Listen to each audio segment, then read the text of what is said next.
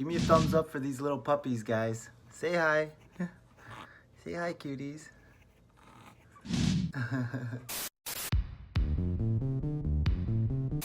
What's going on, guys? It's Investing Hustler here, and today I'm going to talk about Aurora Cannabis and how I think they're going to be landing a potential partner real soon. Now, we have a few articles talking about Aurora and a partner, so that's kind of hinting that Aurora might be landing a partner real soon. On top of that, Aurora has been on fire, and I feel like there's a reason behind that, maybe a reason that none of us know. The market must know something we don't know. I really believe that Aurora will be landing a partner real soon. And also, it's a very green day today. The whole sector is green. A lot of my companies that I'm invested in are green. I've been collecting some profits today. I've also put some sell orders today. I doubt Aurora is going to hit $14 today, but I did put a sell order for Aurora at $13.90 because I do think if Aurora pushes that far today, which I doubt it will, it's going to be way oversold at that point. But either way, let's get started with this video. I have Aurora charts right here. This is the new resistance line at $16.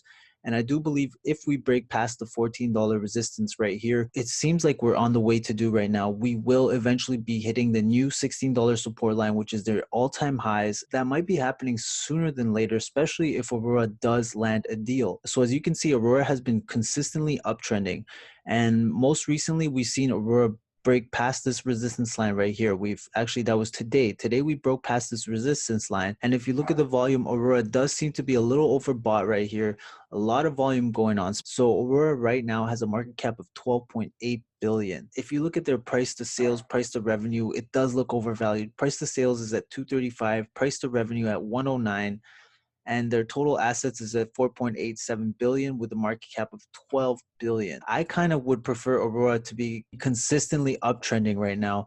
I don't want them to have too much of a jump, because if Aurora pushes forward too quick, too soon, it's going to be followed by a quick decline. Like we've seen it happen here, where Aurora just has a huge jump and then immediately followed by a decline.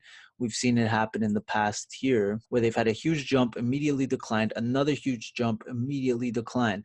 So that's what I don't want to see. I would really love to see Aurora consistently uptrend between these lines, because it has been so far very healthy. Nice little runs followed by a pullback, a run followed by a pullback, trading in between these lines. I think if it continued to trade in between these lines, it would be very good for Aurora. But if you all of a sudden see Aurora push forward and break past this resistance right here, I think it might possibly be followed by a huge decline unless we land a partner, which that might be the reason why we're having a huge run.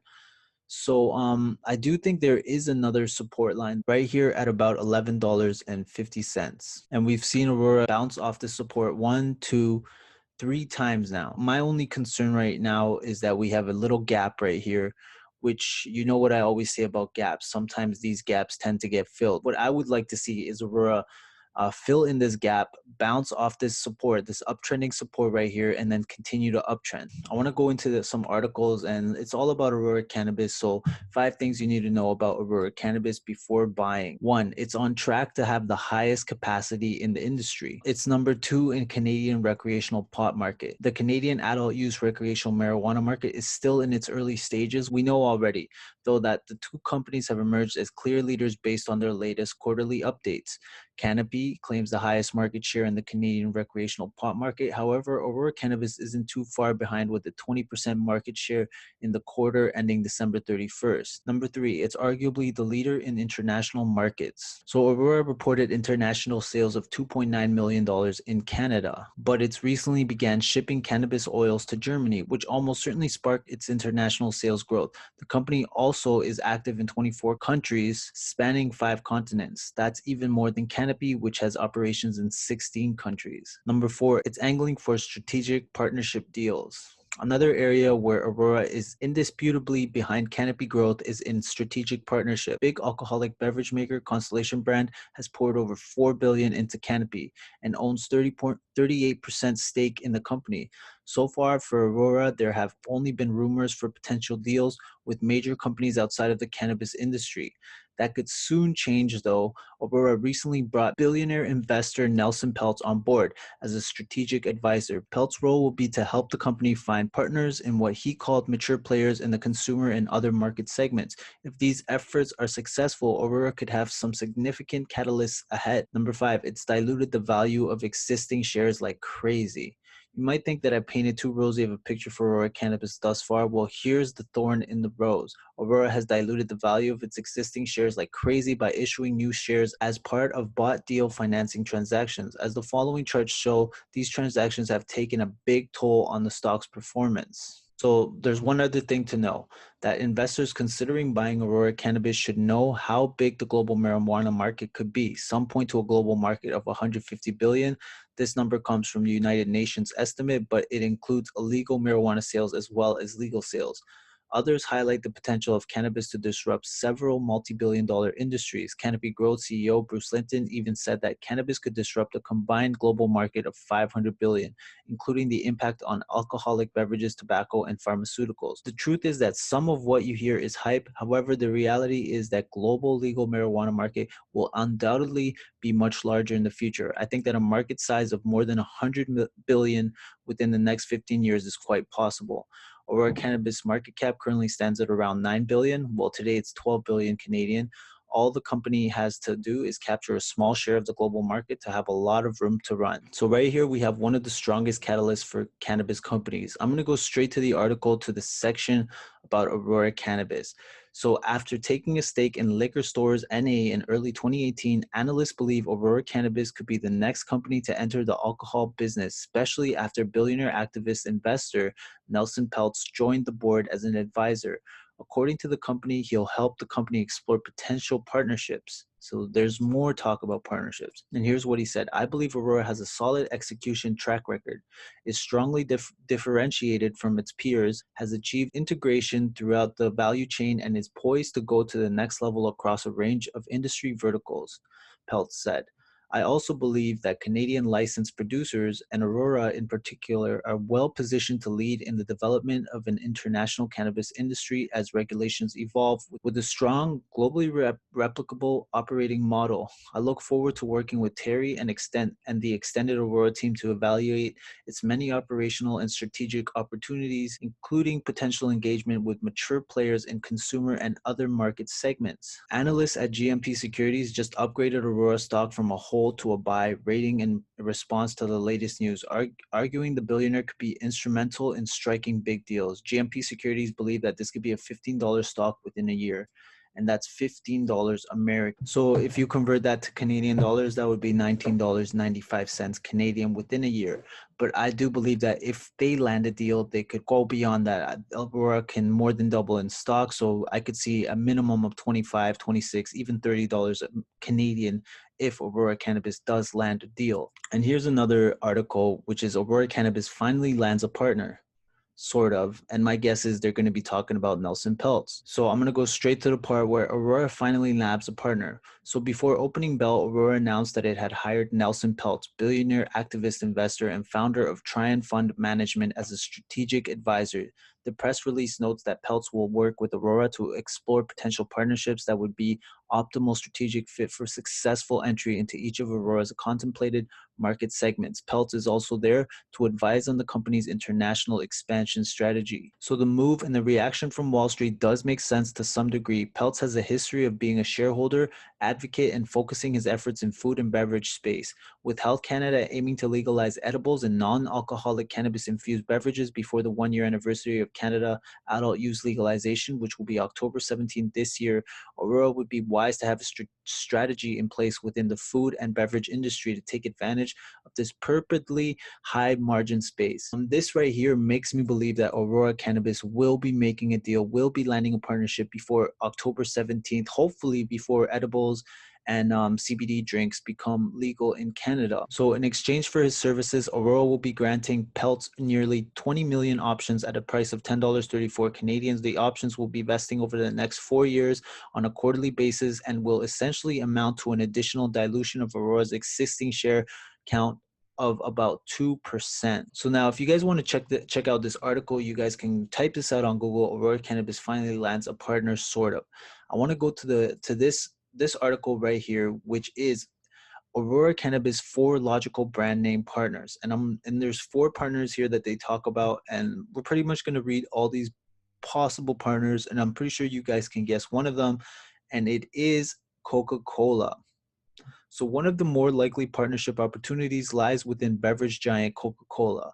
For those who may not recall, Coca-Cola was reported to be in discussion with Aurora Cannabis this past September about a possible partnership, joint venture, or even an equity stake. With soda sales falling flat in the US, Coca-Cola has been exploring new opportunities to drop top-line growth, presumably with non-alcoholic cannabis-infused beverages expected to become legal in Canada by this coming October. This would give Aurora and Coca-Cola a means to team up and bring their respective strengths to the table. So with this partnership with Coca-Cola, not only do I think Aurora would benefit from this, I think Coca-Cola would benefit greatly from this, especially since Coca-Cola sales have decreased dramatically. And on top of that, I feel like people are looking for a more healthier option. I personally don't drink Coca-Cola, but if Aurora and Coca-Cola teamed up and they made a drink, I would definitely try it out. So they would get a new Coca-Cola has probably lost a lot of customers, and I think just by partnering up with any cannabis company, especially Aurora, I think a lot of these customers that they've previously lost might jump back in that bandwagon, and I personally would be one of them. So Coca-Cola ultimately wound up walking away just a few weeks later without a deal, suggesting instead that it would monitor progress for the cannabis industry from the sidelines. My suspicion is that Aurora's equity asking price may have been too high at the time. However, with Peltz leading the charge for strategic opportunities and having a keen understanding of the food and beverage space, I'd have to think Coca-Cola is back in the picture. So let's move on to the next one, Mondelez International. So beyond sparkling beverages, we have a snack food giant, Mondelez International, ticker symbol MDLZ. Mondelez is a company behind such brands as Oreo, Ritz, Chips Ahoy, Triscuit, and Nabisco, with Health Canada outlining its intentions of legalizing alternative consumption options for October. It means that edibles will soon find their way to the dispensary store shelves. Since edible consumption, at least in the US, has gravitated towards sweets such as cookies and chocolates, Mondelez's snack lineup would make the perfect pairing for Aurora's THC and or CBD products. THC is a psychoactive cannabinoid responsible for getting a user's high, where CBD is a non-psychoactive cannabinoid best known for its perceived medical benefit. And the next company is Heineken. So can it be partnered up with the maker of Corona? So why can't Aurora partner up with Heineken? Or also another possibility is, why can't Aurora make a deal with 2, 3, maybe even 4 partners, give them each equal stake? Imagine how much that would benefit all 4 of these companies, including Aurora. Why doesn't Aurora partner up with an edible company, with a beverage company, with an alcoholic company? I think that would be a possibility, and I think that should be something that Aurora should also consider. But let's move on to Heineken. Although it's certainly more of a long shot than either Coca-Cola or Mondelez, global beer giant Heineken would have a lot of sense as a partner for Aurora Cannabis. Last year, Heineken launched a non-alcoholic cannabis-infused beverage designed to taste like beer called Hi-Fi Hops in select California dispensaries. Instead of using CBD, which is the most commonly used cannabinoid in the infused beverage market, Heineken's subsidiary chose to produce the beverage in a THC-only and hybrid THC CBD variety. The point is that Heineken has clear interest in the infused beverage space, and the company would like to expand its footprint in Europe and North America. Partnering with Aurora on a more global scale would get that done. Heineken has a relatively small presence in Canada, where Aurora could lend a hand to increase its brand exposure.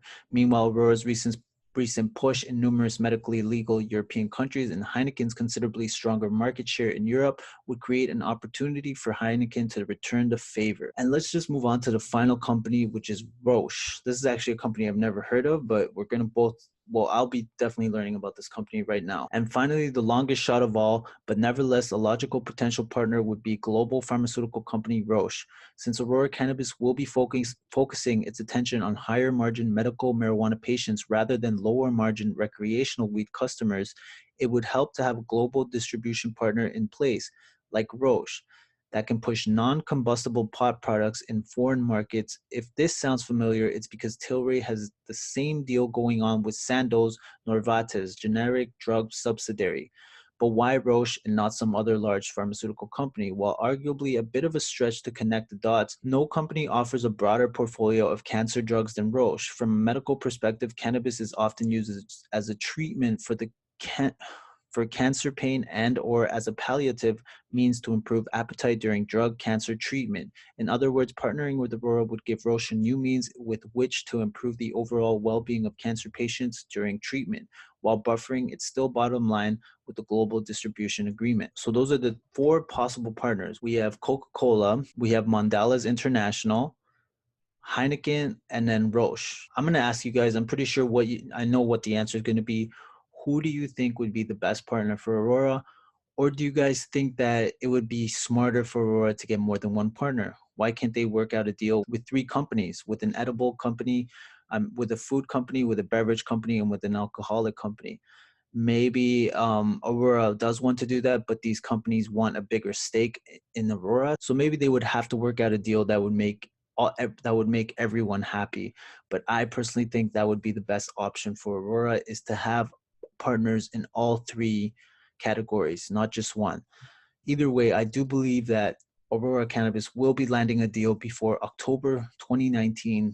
This is just strictly speculation. I could be wrong, but this is what I believe, and hopefully we do see that. Either way, enjoy your Green Day, and that's it for now. If you guys enjoyed this video, don't forget to give me a thumbs up. And if you're not subscribed, don't forget to hit that notification bell and smash that subscribe button. I'll see you guys next time. Bye-bye.